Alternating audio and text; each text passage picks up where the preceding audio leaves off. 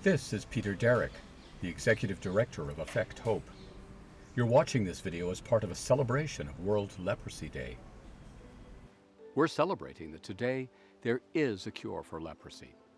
Our mission is to cure and to care for people who have leprosy, and to let people like you know that leprosy, a disease that caused so much fear in the Bible, is still devastating lives today.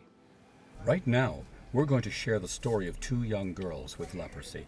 And the person telling their story is Dr. Premal Das, a pioneering surgeon and executive director of the largest leprosy hospital in India.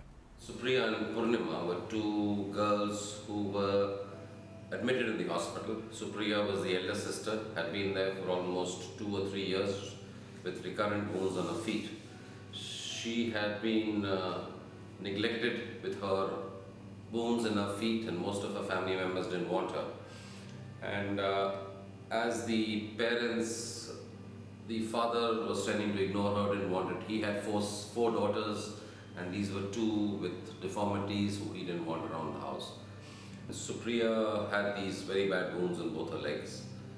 The one that had been originally planned for amputation was actually a little better, the other one had got worse. So at that stage we decided, let us just avoid the amputation, because her feet are really bad, and if we have to amputate, it will be both legs eventually. So we decided we will try and save her feet. It took a lot of effort. It took almost 1.5 years of admission, antibiotics, dressings, putting in specialized splints, putting in plasters to try and save her leg. And we were successful. We were able to save her foot. The other girl was Purnima, who was a much younger, mischievous 14-year-old teenager who really was not too aware of the problems that she has. She spent most of her time fighting with her sister in the hospital, so we had to keep them, well, a little apart, but not too far apart, so they would meet each other but not be next door to each other. But she was a very sweet, bright, cheerful girl. In about 6 months, the whole process of both her feet had been operated. She was able to walk without any support or splints, and she was doing quite well. At that stage, it was decided that now, since they're both healed, they should go home. And so we contacted the hospital in Kothara, who then contacted her father, who was supposed to come and pick her up, pick them both up and then take them home, because they're about 1,500 kilometers away from here. But it took a long time.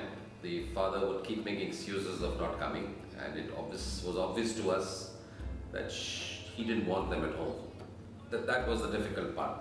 And as staff out here, and being aware that this is a fairly common situation with lots and lots of people, and these were two young girls, whereas Supriya, being older, was already used to it, had already been neglected for many, many years. For Purnima, it was a bit of a shock.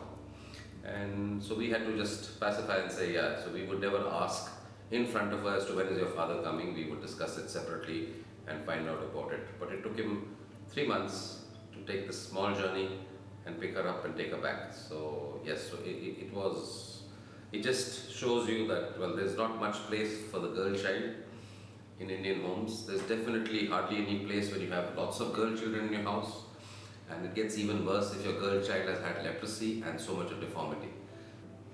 I don't think Supriya would ever get married. I mean, Supriya has deformities which are quite gross in both her hands and feet.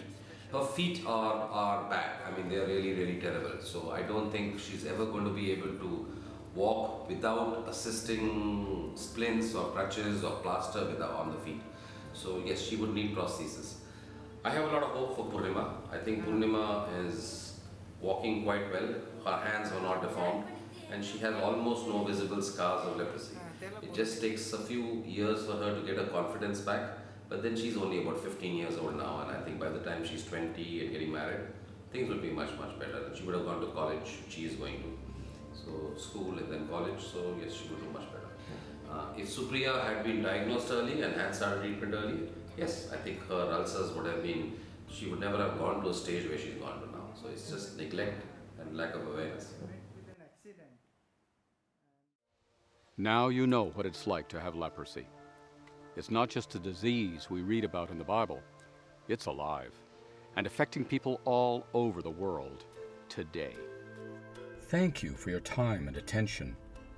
Today, You can provide the early diagnosis and cure for people affected by leprosy like Supriya and Punima.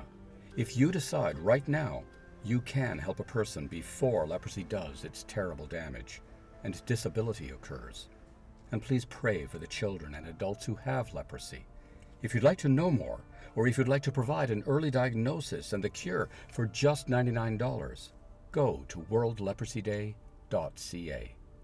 Thank you.